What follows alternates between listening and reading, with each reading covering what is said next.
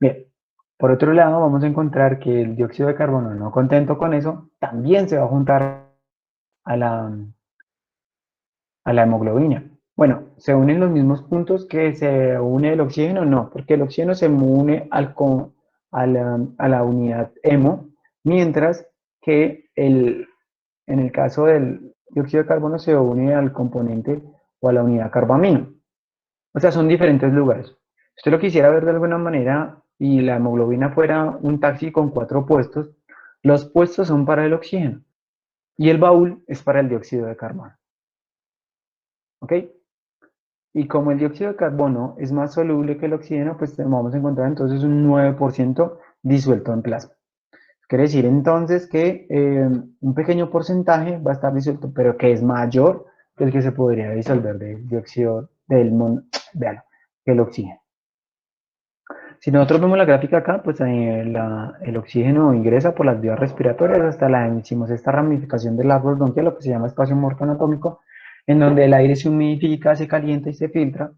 Y luego va a tener una presión acá de 110 milímetros, 106 milímetros de mercurio, se va a encontrar con una presión venosa de oxígeno aproximadamente de 40 milímetros de mercurio, que si es un megambernal, pues se va a encontrar con una presión de, ¿cuánto dijimos? De 10 milímetros de mercurio, satura la hemoglobina, en cuanto ese glóbulo rojo se demora en pasar por ese alveolo, y vamos a encontrar entonces un pequeño 3% disuelto en la sangre, pero la mayor cantidad, un 97%, como hemoglobina saturada de oxígeno. Finalmente eso va a llegar a dónde? Va a llegar entonces a la célula muscular o a la célula que la necesite. Cierto es que uno siempre habla del ejemplo de la célula muscular. Y allí entonces pasa el oxígeno. ¿Quién lo recibe acá? Lo recibe la mioglobina. Y la mioglobina entonces le lleva ese oxígeno a la mitocondria. ¿Qué hace la mitocondria? Como está acá, ñam, ñam, ñam, ñam, se la come. Se come ese oxígeno. Claro, el que graficó esto no lo hizo completo. Porque si fuera completo, ese CO2 por dónde creen que salía, como si fuera popó. Ah, bueno, pues es que es un gas, es un pedo, listo, un flato, perdón. Disculpen el lenguaje poco técnico. Entonces, ese flato sería el CO2. Entonces sale el CO2. Vale, sale el CO2. ¿Quién lo recibe? La hemoglobina. ¿Quién más? El bicarbonato. ¿Quién más? Disuelto en plasma. Se va ese CO2. ¿Dónde llega? Aquí al pulmón. Y cuando llega al pulmón, entonces, ¿qué se encuentra la hemoglobina? La hemoglobina se encuentra con una alta saturación de oxígeno, con una baja saturación de oxígeno, pero con una alta presión a nivel del alveolo. O sea que a fuerza de presión, ¡pum!, saturamos la hemoglobina. Al empezar a saturar la hemoglobina gana más afinidad por el oxígeno y tanto más oxígeno ingresa, más fácilmente suelta el CO2. Que como ya lo vimos, ese proceso se demora 0,30 segundos. O sea, no alcanza a ser un segundo en el cual ella ya hace todo ese proceso, que sería el efecto Aldane. O sea, efecto Aldane por este lado y efecto Bohr por este lado. Bien, esa curva de disociación de hemoglobina entonces va a tener ese comportamiento en el cual podemos ver una curva de disociación de la hemoglobina roja, una línea eh, entrecortada y una línea punteada, moviéndose tanto más hacia la derecha en el orden que anteriormente se los decía. La línea roja está hablando de que hay una presión de CO2 baja. Si hay una presión de CO2 bajo y por lo tanto un pH elevado o alcalino, la hemoglobina gana afinidad por el oxígeno. ¿Dónde pasa eso? En el pulmón. Cuando el pH de la sangre es normal, 7,4, y por lo tanto el CO2 es normal, entonces la hemoglobina pues tiene esta curva, en la cual encontraríamos una saturación al 50% aproximadamente con 27 milímetros de mercurio, que es el P50. Si encontramos entonces esta línea punteada, vemos entonces que el pH de la sangre es bajo, por lo tanto ácido, y una presión de CO2 alta. Profe, o sea que nosotros estamos hablando que la presión de CO2 es un indicador precisamente de acidificación. Sí, ¿quiere decir que el CO2 es un ácido? No, pero el CO2 que está saliendo de acá y que estamos notando en este caso es proveniente del ácido carbónico, que ya lo habíamos visto. Entonces, si encuentro un CO2 alto es porque ya el ácido carbónico, pues digámoslo, estuvo ahí presente. Eso habla también de la acidificación. Miremos la saturación de la hemoglobina con relación a la temperatura.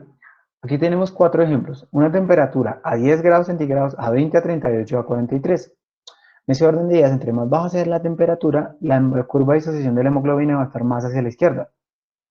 Por lo tanto, está queriendo decir que con menos presiones de oxígeno, más saturaciones estoy logrando a bajas temperaturas. Pero con altas temperaturas, como en este caso a 43 grados centígrados, vemos entonces que la hemoglobina se está saturando, necesita más presiones para poderse saturar, por lo tanto está perdiendo afinidad, que es el caso que uno ve cuando la hemoglobina llega a los músculos que están calienticos y funcionando, pues suelta fácilmente el oxígeno.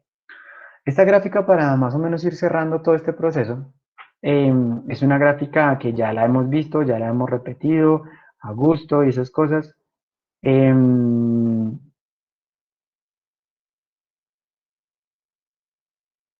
Pero es importante, pues, digámoslo, retomarlo en torno al contexto del cual ya estamos hablando, porque de alguna manera cuando hablábamos de esto lo veíamos de alguna manera desde lo metabólico, pero también es importante retomarlo cuando usted habla de procesos de ventilación y de gasto cardíaco.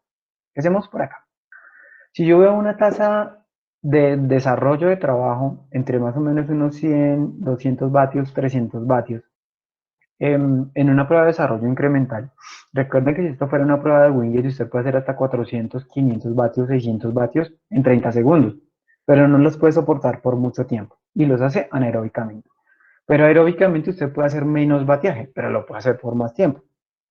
Es por lo tanto acá que uno ve hasta 300 vatios, que es un buen bateaje. O sea, esta prueba que usted haría aquí con una persona no es cualquier bateaje, eso no es de cualquier gato, pero no es un Egan Bernal, no es un From, no es un Nibali, o sea, esa gente puede mover hasta 300, 400, 500 vatios en su consumo máximo de oxígeno. Sí, de hecho pueden mover ese bateaje hasta inclusive antes, lo cual les permite subir esas montañas y hacerlo más bien en estado estable. Lo cual para uno implicaría estar en su consumo máximo de oxígeno, con el lactato asomándosele por los ojitos, a punto de un infarto. Bien, entonces aquí lo que estamos viendo es que en la medida en que aumenta la tasa de trabajo, aumenta el consumo de oxígeno. Hasta un punto en que la tasa de trabajo incrementa, pero el consumo de oxígeno no incrementó más. Es decir, el consumo de oxígeno llegó a su máximo. Es lo que llama uno la meseta del consumo de oxígeno. Por otro lado, entonces vamos a ver que en dependencia del consumo de oxígeno, o sea, en dependencia de que incrementa el consumo de oxígeno, van a haber unos comportamientos entre el lactato, por ejemplo, entre la ventilación, miren que aquí llamamos de la ventilación, y el gasto cardíaco, que es el cardiac output. Bien, empecemos por el que siempre utilizamos, ¿no? El gasto cardíaco. En la medida en que aumenta el consumo de oxígeno, pues aumenta la frecuencia cardíaca y aumenta el volumen sistólico. En la medida en que los dos incrementan, pues van facilitando mayor transporte de oxígeno y al facilitar mayor transporte de oxígeno, entonces pues aumenta el consumo de oxígeno. O sea que es proporcional esto del gasto cardíaco. Recuerden que está hablando de flujo. Cuando vemos el flujo en el organismo, pues ¿dónde hay mayor flujo? Pues en la sangre. Por otro lado, vamos a ver el lactato. ¿Me están escuchando? ¿Están ahí? Sí, señor. Sí, yo creo que aquí estamos.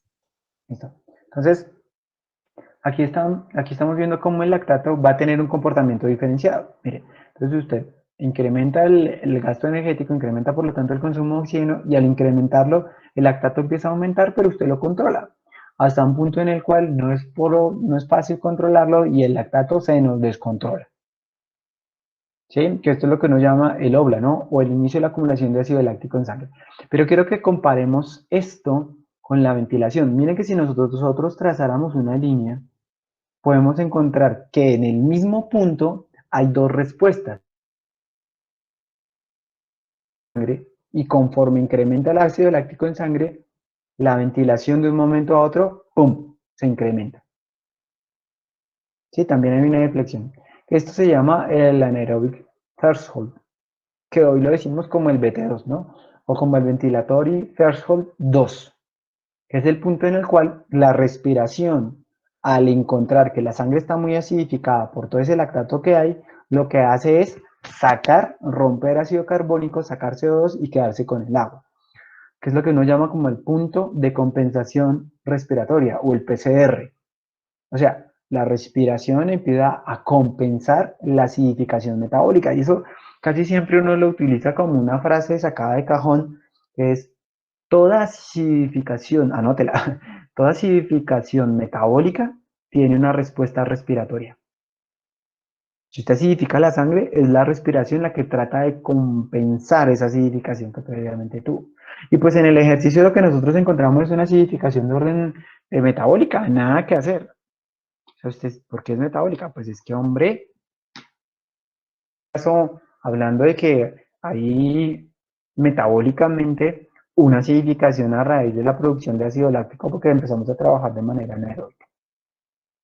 Más o menos eso sería la representación de todo el proceso, casi que un resumen de todo esto. Bien. Ahora ya metiéndonos un poco con relación a cómo la respiración, pero más allá de la respiración, ese aporte respiratorio que finalmente nos permite un intercambio gaseoso, está hablando de un consumo de oxígeno y ese consumo caso metabólico. Entonces nosotros vamos a encontrar diferentes tipos de actividades.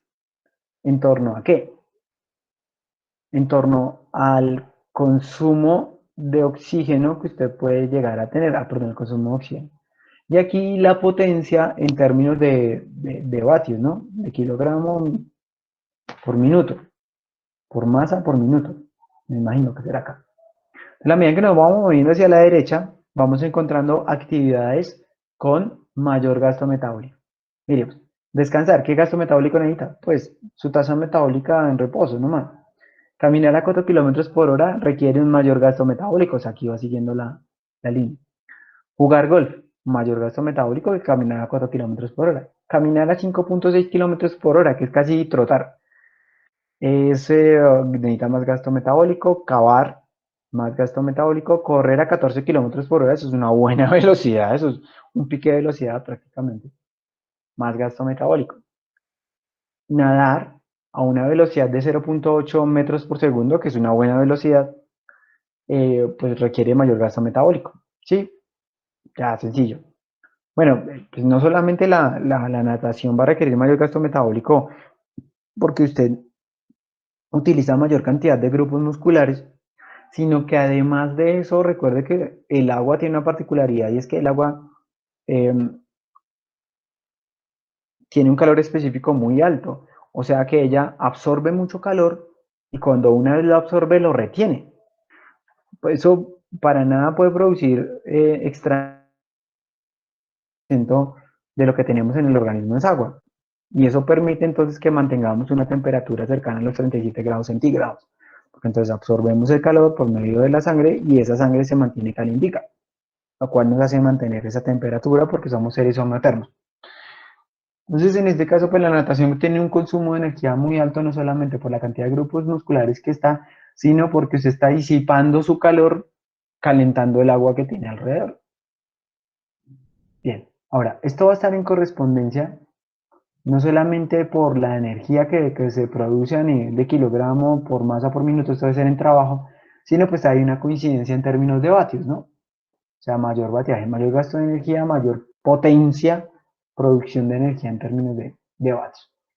Esto también puede tener una correspondencia en términos de los metros. Como ustedes ya saben, el metro es la unidad metabólica que hace en términos de la correspondencia que usted debe tener para mantener sus condiciones vitales. Es decir, que es un metro, la cantidad de energía necesaria que usted solicita para estar vivo, en reposo, tranquilito, para respirar nomás. Entonces aquí empezamos a ver que esas unidades metabólicas van incrementando también en torno al tipo de ejercicio que usted está trabajando.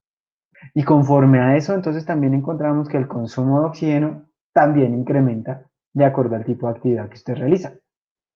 Y por lo tanto el gasto metabólico. De ahí que cuando uno va a prescribir ejercicio físico no le interesa es aumentar ese gasto metabólico. ¿Para qué? Pues porque si es gordito, si aumenta el gasto metabólico, pues entonces estamos haciendo que tienda a degradar más sustratos energéticos, ¿no? Ahora, con en correspondencia a esto, vamos a ver que si quieren diré hacia aquí en la parte de abajo.